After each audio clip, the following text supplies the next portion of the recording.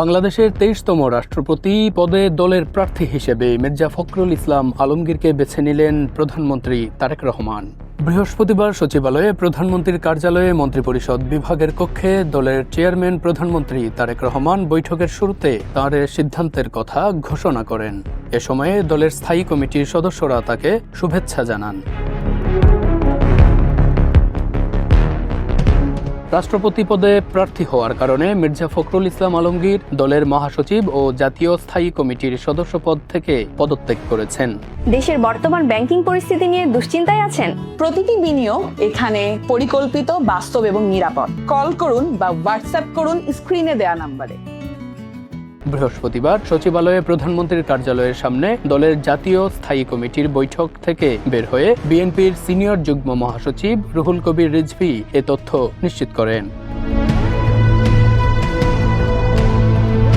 রাষ্ট্রপতি নির্বাচিত হন সংসদ সদস্যের প্রকাশ্য ভোটে। জাতীয় সংসদে বিএনপির নিরঙ্কুশ সংখ্যাগরিষ্ঠতা রয়েছে ফলে মির্জা ফখরুলই দেশের ২৩তম রাষ্ট্রপতি হতে যাচ্ছেন, এটা প্রায় পরিষ্কার। বলা যায় শুধুমাত্র আনুষ্ঠানিকতা বাকি।